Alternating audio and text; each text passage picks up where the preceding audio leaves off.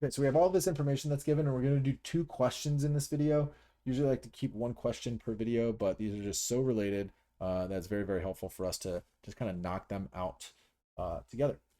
Okay, GPA Factory recently began operations. One of the products, Guaranteed A Plus, that is not part of what we guarantee here, but we do guarantee that you will either get a better grade than you would have otherwise, or you will save some time while getting the grade that you would have otherwise gotten. Okay, we sell those for $300 per unit. Information about the year's activity is below. So we've got direct materials, direct labor, manufacturing overhead. Those are variable costs on a per unit basis. And then we've got some fixed costs, again, manufacturing overhead and selling and admin costs. And then we've got production and sales. So we know that we produced 20,000 but only sold 16,000. Says what is the amount that will show up in ending finished goods inventory for the year?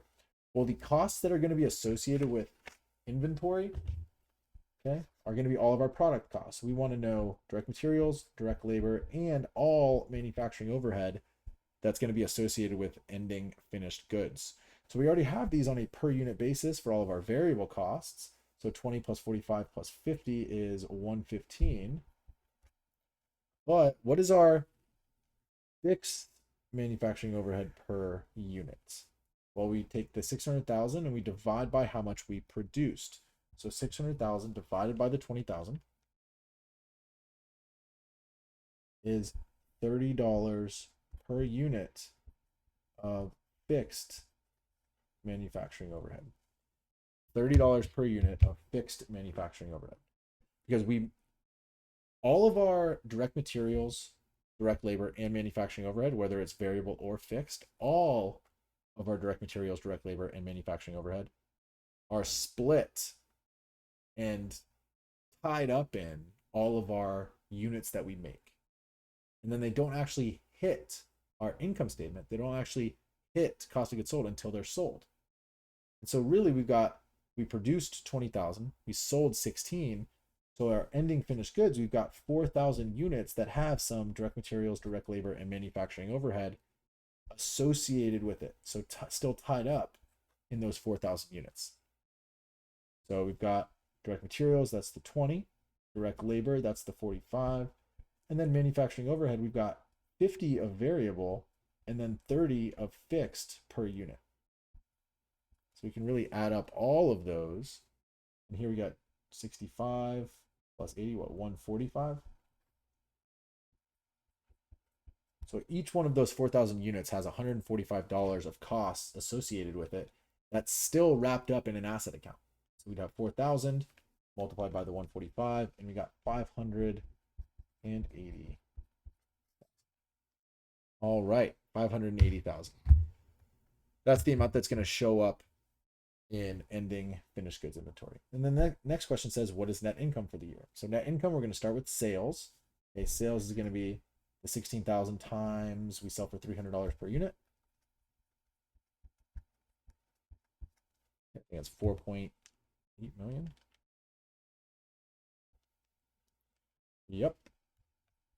So we start with sales of 4.8 million. Then we're going to subtract off cost of goods sold.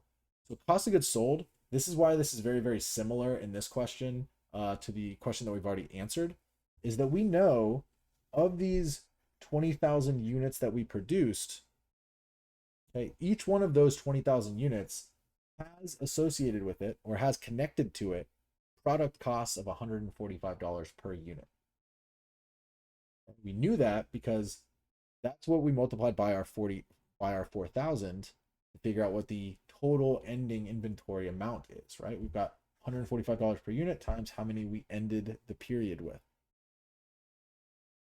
Why that matters for this is we've got the other costs, right? So we got 20,000 that we made, 4,000 left over. The 16,000 that we sold, those are no longer tied up in assets. So those are no longer tied up in an inventory account. Those are now hitting our income statement as cost of goods sold. So our cost of goods sold is going to be that same $145 per unit that each one of those units has associated as inventoriable costs, but multiplied by the number of units that we sold. So really it's $145 per unit is associated with all 20,000 units that we made. 16,000 is going to hit the income statement as COGS. 4,000 is going to hit be is going to just stay in inventory as ending inventory. So we subtract off cost of goods sold, 145 times 16,000, subtracted from the 4.8 million, and we got 2,480,000. 145 times 16,000. Yep. Okay. So this is gross profits. What else do we have? We don't have any other, costs other than we've got taxes that we have to account for. And then we've also got our period costs are just fully expensed in the year that they happen. So in this case, we're just going to subtract off that full $1 million. So we subtract off 1 million and we get 1,480,000. 1,480,000. Not as our final answer. Okay. This is just before taxes have been taken off. Before taxes. So it's really you kind of think about this as our operating income. Okay. Our operating income, sometimes you would have like interest that you would subtract, but doesn't really tell us that we have any interest. So we're just taking this and we're subtracting off taxes, which in this case is 30%. So we subtract off 30% of a number, we are left with 70%. We can take that 1.48 million and multiply by 0.7, we get 1,036,000.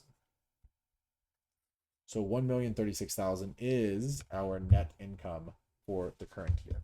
Okay, let me know if you have any questions on that, but happy studying. I'll see you in the next one.